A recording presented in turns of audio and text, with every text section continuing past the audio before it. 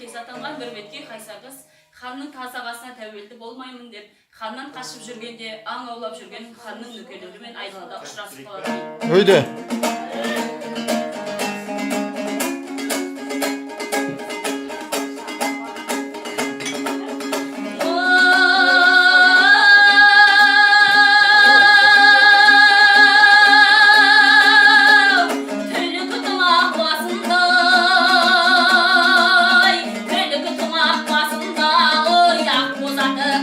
Көміз салты қамшыны бақымына таянып, Мәмбет ханның алдына бір өзеті көтеді.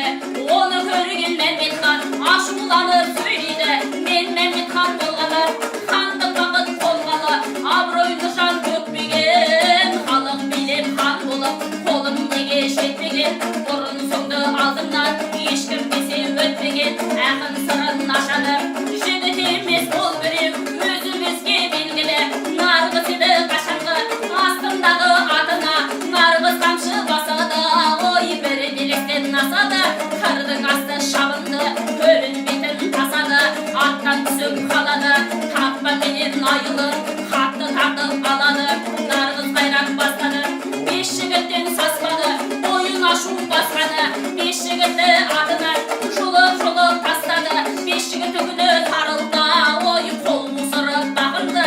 Өзің білдеп ағатай, ер нарғызға жалынды, қақары баңғы сөйлейді, бері қараңдар дейді. Бәріңде де ақыл бар, қой ұрықса ешкіні, аманетін ақыл бар, қыстағалап жалынған. Ол дейді батырлар, білемісің жігіттер, адыраңдап кетіңдер, дән қарамай-ақ өзімді, ағатай деп айтпасам, ұяр едім көзімді. Аңғардыңдар затымды, білмедіңдер атымды, хандарыңа айтыңдар, көрдік деп бір ақынды, ақын емес батырдай.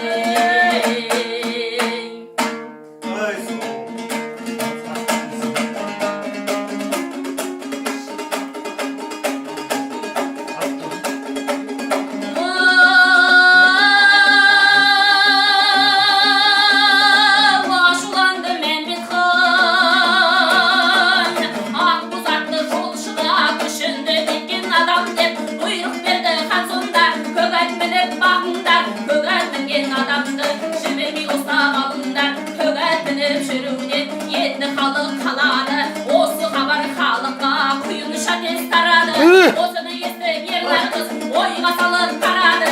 Мәмбет ханды көрсем деп, ерлігімді көрсем деп, қорықпай жауап берсем деп, сырымды алар сол түрі, көрінбей ашып жүрсем деп. Ел жиналған ас болса, ақ бозат мінген қалпыммен саспай ханға барайын. Көкірегі қараған, көбешенде бармасам, хан жолдасы көп адам, жалғыз барсам қапыды ұстап алар аламан. Шиында барсам не кереде, айтардың көпке сөзімді, жиналған жиын көп қалам, қорлыққа бермес өзімді. Көбішімде сөйлеген, айтайын деген сөзімді, сонда халық көзімді көрсін менің күшімді, ай білсін менің ісімді.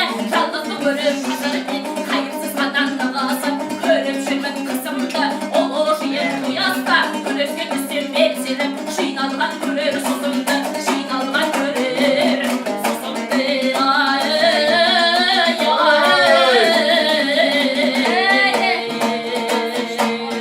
Ой, жаса. Сөйтіп нарғыз, қайтсем ханнан кек алам деп ойлаумен болады. Ерегестен ештеңе шықпасына көз жеткен Қайсарғыз ханды алдап арбап жеңуді ойлайды. Ол бір істе ойға алады да. Шап.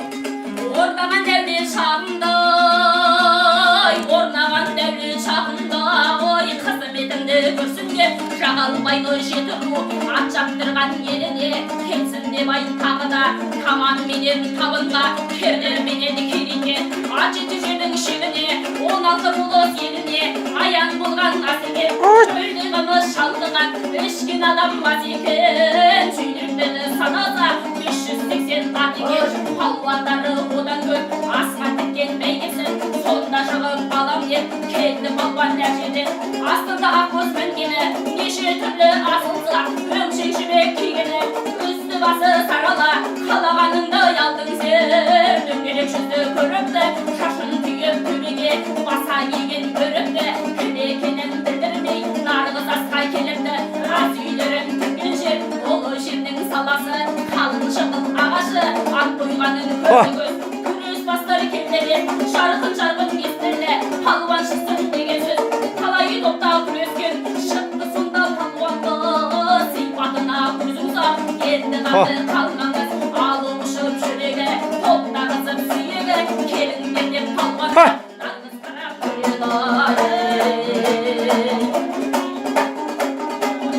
Бұрын соңды нарғыздың болған емес теңдесі, палуандардың көргенде түсіреді еңсесі.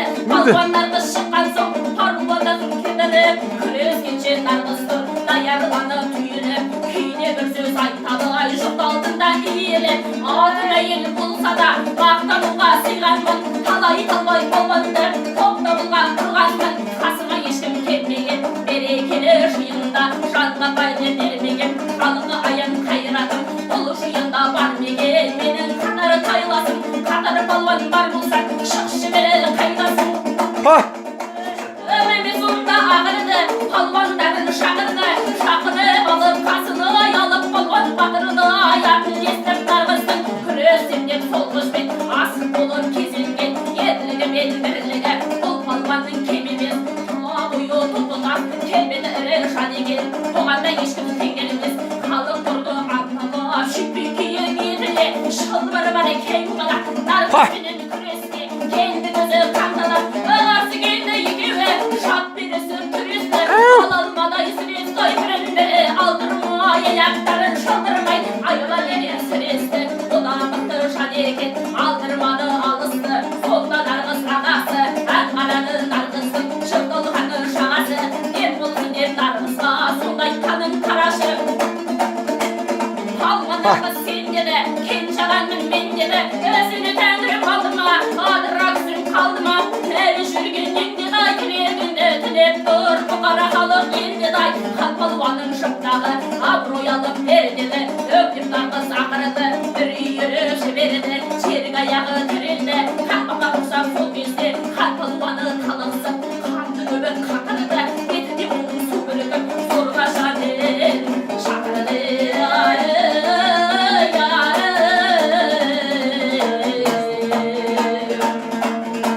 Қанқәрленіп шамданды, енді мәмбет ағланды, тағы да бірін шық деді. Хан палуаны қамданды, хан палуаны жығылыса, қарашадан нар екен келді дағы нарғызды.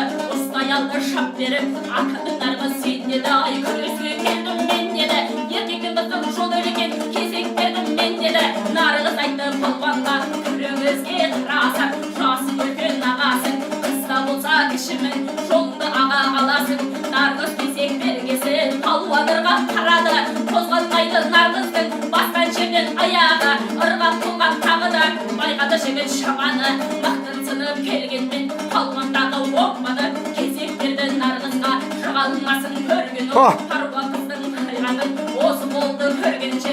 Хан палуанның бөрікпей нарғыздағы ұрады, қарап тұрғаны халықтың көңілі тынады. Ел бастаған мәмбеттің мақтан сағы сынады, сағынсынбай неғылысын сеніп тұрған қос палуан екеуі де құлады.